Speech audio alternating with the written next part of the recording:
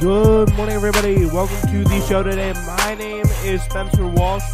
We are talking about U.S.-China trade talks, Myanmar's release of two journalists, the possibility of extinction across the U.S., and Trump versus Congress. The showdown continues. We have a great show for you today. Thanks so much for joining us. It's the Wake Up. And we start with the U.S. and China, as President Trump's top economic aides on Monday accused China of retreating from previous comments to resolve a months-long trade war, and said that Trump would increase tariffs on $200 billion of Chinese goods on Friday. So that's what they say. China's reneging, however you want to say it, on their commitments to getting a trade deal across. And yeah, so Trump's decision to potentially upend an agreement that many expect to be finalized this week comes as he and his advisors have pointed to strong first quarter economic growth as an indication their tough approach is working. The question is it too tough here?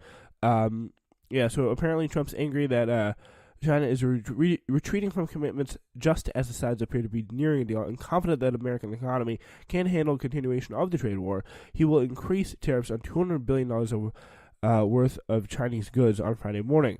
We're moving backwards instead of forwards in the president's view, and that is not acceptable, says top trade advisor Robert Lighthizer. Over the last week or so, we've seen erosion in commitments by China, as Trump's last-minute escalation highlights his administration's difficult political position as it tries to fend off criticism that he has not been sufficiently tough on China. The president is facing pressure to show that the pain of trade war will be worth it for companies, farmers, and consumers caught in the middle. It's pretty much, he's gone at this point so far in, he's going to need to get some results here. That's just that simple. He cannot back down without getting a very clear, full picture. And the question is, does he have the wherewithal? Does he have the mental wherewithal to do that? And do his advisors have the mental wherewithal to fight China and really push them on this and actually try and get something done here? Because I don't know if they do, because they are not all the smartest people, especially Donald Trump. And if he can get this done, that would be a pretty big deal for him. So Trump's decision to potentially upend this agreement could also be a very big deal for the economy. No one in Wall Street probably really psyched about that with the stability there.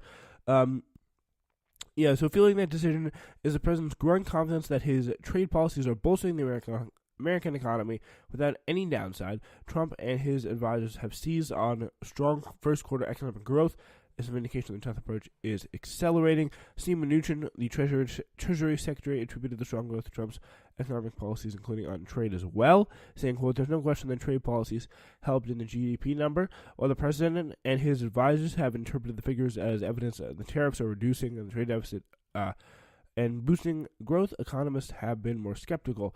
If you look at imports and exports, it jumps around a lot," said Torsten Slock, the chief economist in Deutsche Bank Securities. "The recent changes that we've seen in net exports, it's probably premature to claim credit for that." So real economists are like, slow down, but still. Again, the key thing to really remember is he's gone so far deep into this, he's really going to have to get something out of it, because it's really hurt people. And, I mean, if you get the promise of a better life at the end, I mean, it's worth something. But, again, it's really tough to justify if you don't get anything done out of it. So that's what Trump here is really, I think, trying to do today. So, all right. What's next here is a final trade agreement could still be reached. China announced today that Vice Premier Liu He, a leading economic policymaker, would join a delegation to Washington for talks on Thursday and Friday. His participation may increase the odds of a deal, so that's good news.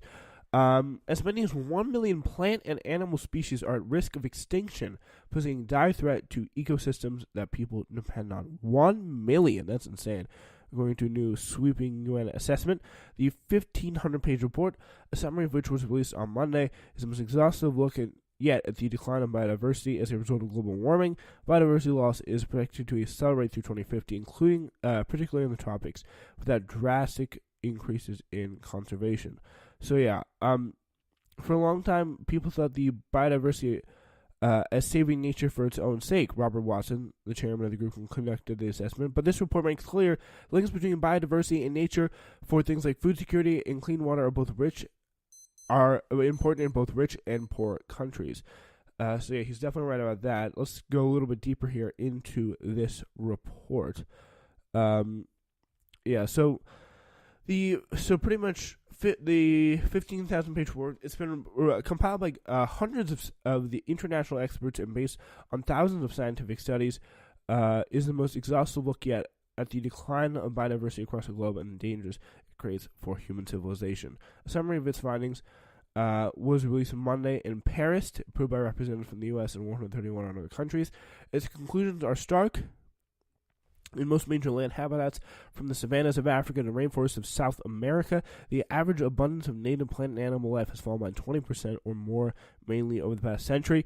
With the human population passing 7 billion, activities like farming, logging, poaching, and fishing, and mining are altering the natural world at a rate unprecedented in human history. At the same time, a new threat has emerged. Global warming has become a major driver of wildlife decline. This has been found by shifting or shrinking the local climates that many mammals, birds, insects, fish, and plants evolved to survive in.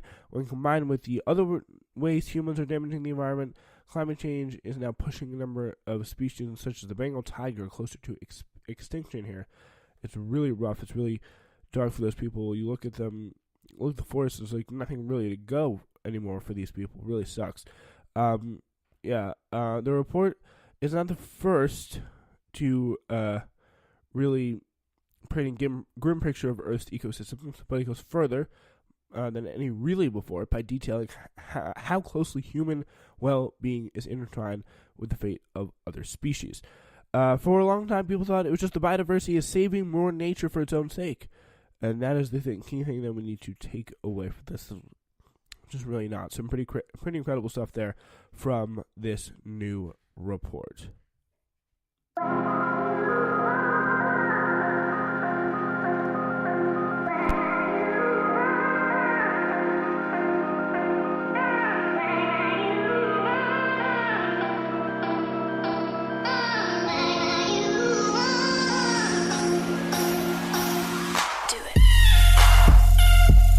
Ladies and gentlemen, thank you so much for listening to the Wake Up today. My name is Spencer Walsh. We got a great one for you here on the show.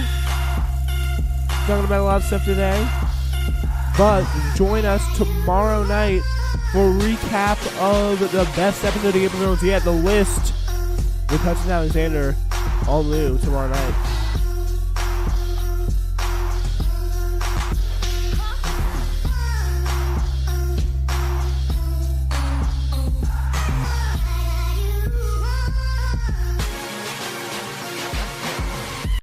All right, let's get right back into it. I'll restart with Trump and Congress. The showdown between executive and legislative branches became more tense on Monday as the Trump administration ruled out turning over the president's personal and business tax returns to the House and prepared for a contempt of Congress resolution against Attorney General William Barr. So, yeah, Treasury Secretary Steve Mnuchin said on Monday that the House committee's demand for returns lacks a legitimate legislative purpose. Democrats are almost certain to contest the decision in the court. So as Mnuchin in response wrote a letter to lawmakers, the House Judiciary Committee has scheduled a vote on Wednesday on a recommendation to hold Barr in contempt of Congress for defying a subpoena from Mueller's full report. Yeah, and things are getting really quite tense right now. So the Democrats, they're already moving against Barr. The House Judiciary Committee announced a vote for Wednesday that would recommend that House hold Barr in contempt. Yeah, hold him in contempt here of Congress for defying a subpoena for Mueller's report and evidence. Though by Monday evening, the Justice Department had already agreed to a staff-level meeting on Tuesday to try to stave off that possibility.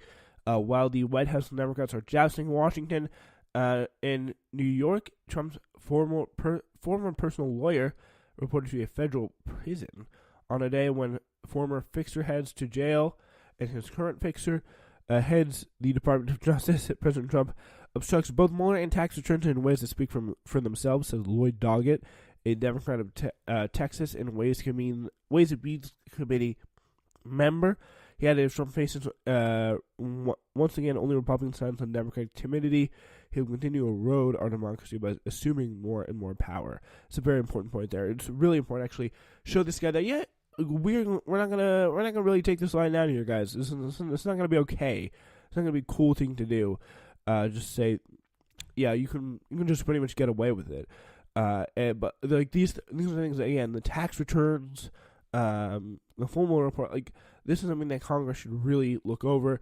It should be able to see that there is a better, or just get a better perspective on it, and that would be incredibly huge. I think, and they're gonna have to start making some pretty important decisions. Like there has been some serious charges outlined about obstruction in the Mueller report. Where Congress has to go from it here will be very important. That's again also why we need Robert Mueller's testimony, to give Congress a little bit more of a guiding light and just lay it out for all those people in the back who just aren't getting it, what Congress' responsibilities are with the Mueller report, how they should be carried out, and where do they want to go on possibly obstruction of justice. And I know one thing for sure, it does not matter at this point what Bill Barr has to say about the obstruction of justice subject. So yeah, Democrats for years have clamored for Trump's tax returns, though, which they say could show misdeeds and tax evasions. Richard Neal of the Ways and Means Committee said on a rationale that he needs them to evaluate the IRS's practice of auditing sitting presidents and vice presidents. Mnuchin said that was not good enough. As you have recognized, the committee's request is unprecedented and presents serious constitutional questions as a resolution of which may have lasting consequences for all taxpayers. Mnuchin wrote in a one-page letter to Deal, and the thing is, Mnuchin has already delayed twice, giving Neal a formal response request made just over a month ago, saying that he needed more time to analyze the law. Even before Mnuchin's letter, tensions were already rising with the Justice Department after they disregarded a series of deadlines to hand over materials from Mueller, the special counsel, and the Democrats insisted that it was central to the House's ability to fully investigate and evaluate the presidential behavior detailed in Mueller's report. All right, so yeah, that's a little bit on how that all works. Yeah, so that's all. That's all pretty important stuff. But now we turn to Gaza and Israel. Pretty crazy story. The violence of the weekend may look pointless to the outside world, but and let's say it has it's part of a series of clashes that benefits the two main antagonists at the expense of mostly Gazan people. Prime Minister Benjamin Netanyahu of Israel and Hamas, the militant group that controls Gaza. Netanyahu is able to support his argument that the Palestinians are ready for peace and that a two-state solution is impossible. Hamas, which apparently received assurances of loosening Israel's blockade and a ceasefire deal on Monday, gets to show that its strategy of armed resistance is working. So that is the kind of back and forth that is there. And I mean, honestly, like, it's kind of like you got another country in your state for years, blocking it off, cutting the resources from it, making life pretty much a living hell for all those who live there. No resources, no real good food, no real good medicine or anything like that. Like, what is I really don't get it. Like, what would the natural reaction be from